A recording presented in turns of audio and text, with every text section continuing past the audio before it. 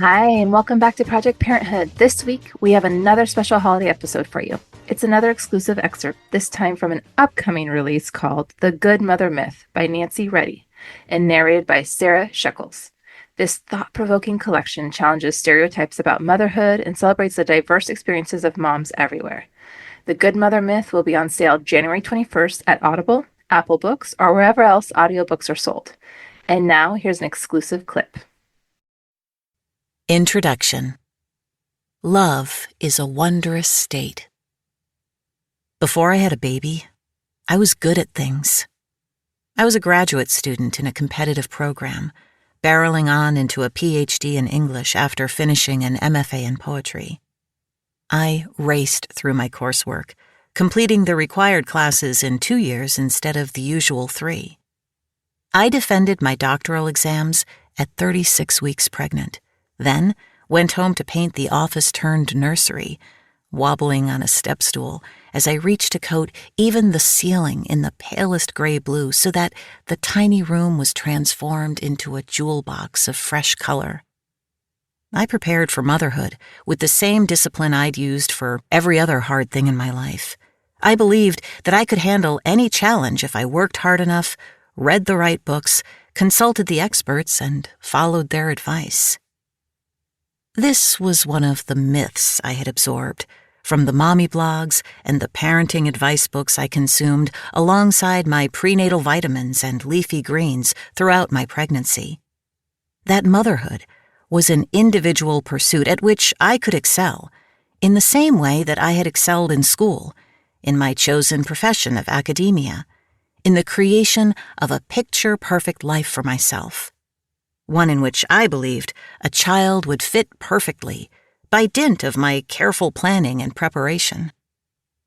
At the same time, there was another part of me that believed in some kind of magic, another myth. This one of a transformation beyond even the one that I could plan and study my way toward. My whole life, years before becoming a mother myself, I'd heard women talk about the automatic, selfless love of motherhood. It's like seeing your heart walking around outside your body, more than one had told me, as earnestly as if they'd just discovered the cliché themselves. But as a poet, I'd been taught to distrust clichés. Were they saying it because that's what everyone else said? Had their babies turned their brains to mush? And yet, I craved the simplicity of this sentiment, however sticky sweet. When you have your own, you'll understand, they told me, and I thought maybe I would. The idea that I'd become a good mother through some mystical combination of hormones and instinct was so deeply embedded, I couldn't even recognize it as the myth it was. I'd spent years looking at the women around me for models of what it meant to be a good mother. The women I saw around town, the mothers I'd watched surreptitiously for years, made it look effortless. My husband and I had moved to Madison, Wisconsin, the archetypal college town with its array of cute cafes, wide bike lanes, and restaurants boasting more than 30 local beers on tap, for my graduate program. In our years there, I'd absorbed the message of attachment parenting, which seemed to hover in the very air above the kombucha and the quinoa at the co-op. Natural is best. All around me, at the farmer's market, the sidewalk cafes that bloomed each spring when the lakes unfroze, on the bus even, blissed-out mothers strolled with peaceful babies cradled in carriers against their chests. It was nearly always the mothers, though occasionally you'd see a bearded baby-wearing dad looking very proud of his progressive parenting. Those men always seemed somehow to wear the baby in the ergo in italics, like an ad for a good feminist dad. Their babies had whimsical cloth-patterned diapers. The mothers had bright silicone necklaces that doubled as teethers for their babies. They talked intently about the bonding brought on by nursing, the benefits of co-sleeping. When the babies whimpered or rustled, the mothers knew how to decode their complaints and calm them before they turned to cries. A third myth. Motherhood, when done right, could be easy. My own mother had been fierce. Less hazy glow and more iron will, but still endlessly devoted. I remember her, in her lean, single mother days, when she took the bus to her office downtown and cooked pot pies from recipes off the back of the Bisquick box, declaring, "I would eat dog food for you." I'd taken that to mean that being a mother meant always putting your children first and never minding, never noticing that your dinner was the scraps from their plates. Another core myth of motherhood, that I, would love your kids so much that all your own desires would just fall away. I'd believed that love would be easy and natural. I knew that caring for a child would be work, but I expected that the overwhelming instant love I'd surely feel would make it so all that caregiving didn't really feel like labor. But then, I was a mother, and I did mind. I hadn't been made milder, willing to give up sleep, ambition, the time to finish writing a sentence because I loved the baby so much. I was a bleeding, leaking mammal, weeping in the produce section and fighting with my husband in the parking lot of Costco, but quietly, so as not to wake the baby who had finally fallen asleep in the back seat. I was a mother, and I was a beast. Before I had a baby, I believed goodness was the highest goal. I had been good at school, good at my job. Surely I would be a good mother, too. But when I had a baby, I found that, for the first time, goodness was slippery, out of reach, impossible even. This is a story about how I stopped being good. This is also a story about the scientists and social scientists who made our myths about goodness. They're mostly men, their own children, raised somewhere off stage, their examples as parents ones we mostly wouldn't want to follow. Some, like Dr. Spock, remain household names, while the fame of others, like the British psychoanalyst and psychologist John Bowlby and the Canadian-American psychologist Mary Ainsworth, has faded a bit, even as their core ideas about what babies need and what it means to be a good mother haunt us still. I began my research with psychologist Harry Harlow, whose studies, beginning in the 1950s, of monkey infants raised by cloth surrogate mothers, seemed at first to provide a model of the perfect mother-baby pair, locked together by love. In his first presentation of that cloth mother research, which begins with the proclamation that love is a wondrous state, deep, tender, and rewarding, Harlow sounds more like a poet than a scientist. He acknowledges in the sentence that follows that love is regarded by some as an improper topic for experimental research. Harlow's research, which quickly spread beyond academic journals and dimly lit conference rooms and into newspapers, women's magazines, and television, captured the public imagination.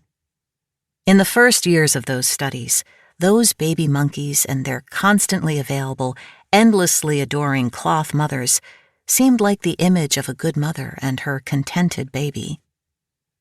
That image took on a particular urgency in the years following World War II, which had seen soldiers sent overseas, women participating in the war effort at home and abroad, and children attending state-supported childcare while their mothers worked. In the United Kingdom, the evidence of trauma from war was everywhere. Children who'd been evacuated from urban areas because of bombings struggled to readjust to life at home with their families. Children who'd stayed in cities and had to shelter underground during the Blitz earned the nickname tube sleepers after they lost the ability to sleep. European nations responded to wartime tragedies by eliminating the death penalty and expanding the social safety net. In the United States, the trauma of war was perhaps less visible, but families still struggled with a return to peacetime. Women's work outside the home had been essential to the war effort, and the government-subsidized childcare centers that had made that work possible were wildly popular with the mothers who used them. But urgency around getting men back into the jobs women had worked in their absence, combined with growing Red Scare concerns about what might happen to children cared for by someone other than their mother, meant the speedy closure of those daycares. Women were shuttled back into the home, and the growing suburbanization of the time period meant that mothers were increasingly isolated. Despite the revolutionary potential of that era, a reactionary social agenda won out. It sometimes feels like every generation of mothers, from Betty Friedan and Adrienne Rich on, has been learning anew that the story we've been sold about the magical power of a mother's love is largely a way to draft us into an enormous amount of unpaid and undervalued labor. This book largely tells the story of ideals for white mothers. The good mother has always been imagined as white, straight, married, and middle class, and the post-war policies that helped create our modern image of the good mother at home with her children were aimed primarily at white families. Even policies that were racially neutral on their face, like the GI Bill's granting of educational benefits and VA home loans to veterans, disproportionately benefited white male veterans. Black veterans faced significant difficulty in using the benefits to which they were entitled because of ongoing racial segregation, quotas in higher education, and redlining, racial covenants, and other policies that made it exceptionally difficult for Black families to buy homes. A nostalgic, ahistorical view of our past posits the 50s as a moment when America was great, but the prosperity of that time was never equally shared. The narrow ideal of the good mother at home with her children, a breadwinning husband off at work, everyone happy and well-fed in a suburban home, was only ever accessible to a portion of the white middle class for a sliver of the middle of the last century. Though this image has become encoded as the traditional family, it's a historical mirage. The cultural backlash of the 80s and 90s contributed to even more unrealistic expectations of mothers. As mattress-centric feminist scholar Andrea O'Reilly has observed, our standards for mothers have always increased at just the moment when women were making gains in public life, as in the rise of intensive mothering in the 80s and 90s, when women were making inroads in the workforce, initiating divorce more often, and overtaking men in educational and professional accomplishments. In other words, our expectations of the good mother have tended to expand right as women began to take up space formerly granted to men. The high-intensity parenting practices of white middle-class families have come to be seen as the best way to raise kids, even for families without the social capital or wealth to parent that way. It's becoming ever harder to resist the individualistic, competitive way of parenting that insists that what kids need is constant supervision and stimulation, provided by a small army of tutors, coaches, and extracurriculars. And this narrow, exclusionary vision of motherhood harms us all. Anyone who doesn't fit the impossible ideal, mothers who are fat, poor, queer, Black or brown, people who've come to parenting through step-parenting or adoption, trans or non-binary people who've given birth but don't identify as moms, finds themselves the subject of additional scrutiny, cast beyond the halo of societal approval that adorns the good mother. But even if your demographics line up with the ideal, you'll soon find that you're more likely to get words of encouragement, or criticism depending on the day, than material support. The landscape of reproductive health care following the Supreme Court's 2022 Dobbs decision, which overruled Roe v. Wade, has made the stakes of our ideals around mothers even clearer. People considering parenthood today now face, on one hand, wild-eyed rhetoric from politicians and pundits about selfish young women choosing not to have children, and on the other, a web of laws making even planned pregnancies potentially lethal. As anthropologist Sarah Blaffer-Hrdy has written, wherever women have both control over their reproductive opportunities and a chance to better themselves, women opt for well-being and economic security over having more children. The ability to choose when and how and with whom to have children has dramatically improved women's lives across the last 2 generations. And now, we live in a time when those choices are severely constricted. As cases from Ohio to Texas have demonstrated, the full force of the law will always fall more heavily on pregnant people who are Black and brown. But even being the blonde married mother of 2 who's seeking an abortion after the diagnosis of a fatal fetal abnormality in a planned and wanted pregnancy won't save you. Exceptions for the life of the mother won't protect us if the powers that be believe a woman's life doesn't count for much. The underlying problem is that the good mother isn't really a person. She's a subject of capitalism, charged with optimizing every aspect of her kid's childhood so she can produce good future workers and consumers. And this, too, the competitiveness and individualism that's baked into our image of the good mother sacrificing anything to get the best for her kids, is part of the trap. If we're indoors obsessing over whether our baby is meeting developmental milestones fast enough, or which private preschool to select for our toddler, if we're memorizing scripts that promise to fix tantrums and Googling lunchbox hacks, we're not out in our communities organizing for universal pre-K or free school lunches. The good mother thinks always of her own children first. Why is the ideal of the good mother so seductive? At the time that I gave birth to my oldest child, I was a PhD student, well-practiced in close reading, analytical thinking, and the questioning of received wisdom. The mythology of motherhood had seeped in so gradually, I couldn't even notice it happening. I wrapped myself in an electric fence of my own expectations, feeling the sting of what felt like hundreds of mistakes I was making when my baby and I failed to immediately bond in a rosy cloud of maternal bliss. The more I uncover about the ways that our ideals about motherhood came to be, the more I understand how inescapable these ideals have become, even, or maybe especially, for the savviest among us. Those of us so used to overachieving that motherhood has become one more race to win. It was practically in the air of the liberal, slightly crunchy Madison of the early 2000s, where every coffee shop and park bench seemed dotted with good mothers who strolled, sipped, and chatted with peaceful babies cradled in soft fabric carriers against their chests.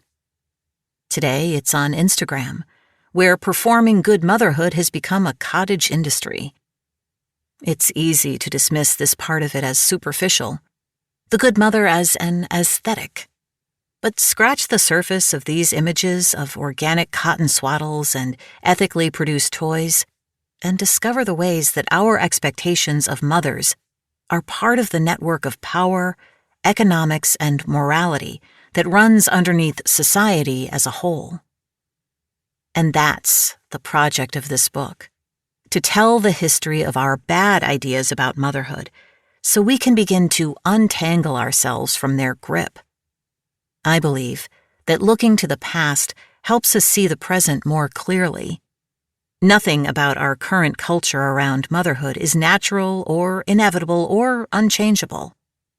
When we understand how the structures and policies and culture that constrain us came to be, we can see our way into changing them. In the earliest weeks of motherhood, when I'd been cracked open by birth and breastfeeding and sleep deprivation, I'd sometimes see women walking with older kids and have the crazed impulse to stop them and ask how they'd survived. I was so desperate to follow the right rules or learn the right trick. Some of the best advice I read during that time came from an essay I read on my phone while the baby napped in his stroller, about a woman who joined the circus and learned to eat fire. The trick is there is no trick, she wrote.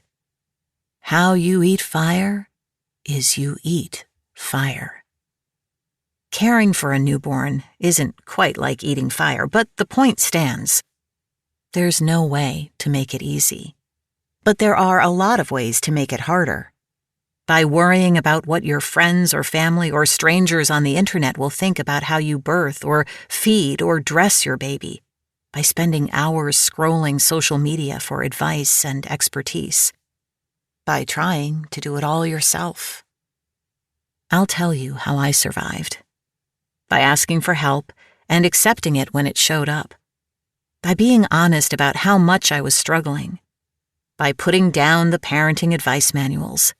By letting the baby cry it out so we could all finally get some sleep. By asking my husband to pitch in and letting him learn to parent in his own way. By giving up on the dream of being the perfect, self-sufficient, totally capable mother. By finally realizing that there's no way to actually be a good mother, and that that's not what my kids need anyway. My kids, like any kids, are their own weird, specific people, and what they need are parents who will love them and care for them as they are. They don't need a good mother. They just need love. And occasionally to be told they really do have to put clean underwear on after the shower, and for the bajillionth time, to please go brush their teeth. In one way, Harlow was right about love. It is wondrous and rewarding. The love that I feel for my children has changed my life. But love isn't instant or automatic, and it doesn't make the labor of caring for an infant easy or instinctive. Our love, like any, took time to grow.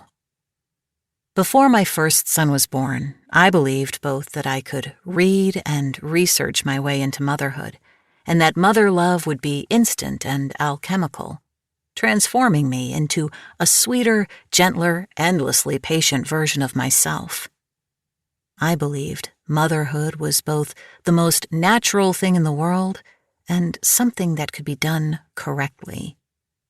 I can see now what an impossible knot I'd made myself. I couldn't see it then. But I know now that we can set aside our bad ideas and imagine something new. That's it for this week's edition of Project Parenthood. Remember to be curious, open, accepting, kind, and not judgmental on your conscious parenting journey. If you have any questions about this episode, about your parenting journey, and or topics you'd like to hear more about, please reach out to parenthood@quickanddirtytips.com or leave a message at 646-926-3243. Project Parenthood is a Quick and Dirty Tips podcast. Thanks to the team at Quick and Dirty Tips, Holly Hutchings, Davina Tomlin, Morgan Christensen, and Brandon Getches. May you be happy, safe and protected, healthy and strong, and live with ease.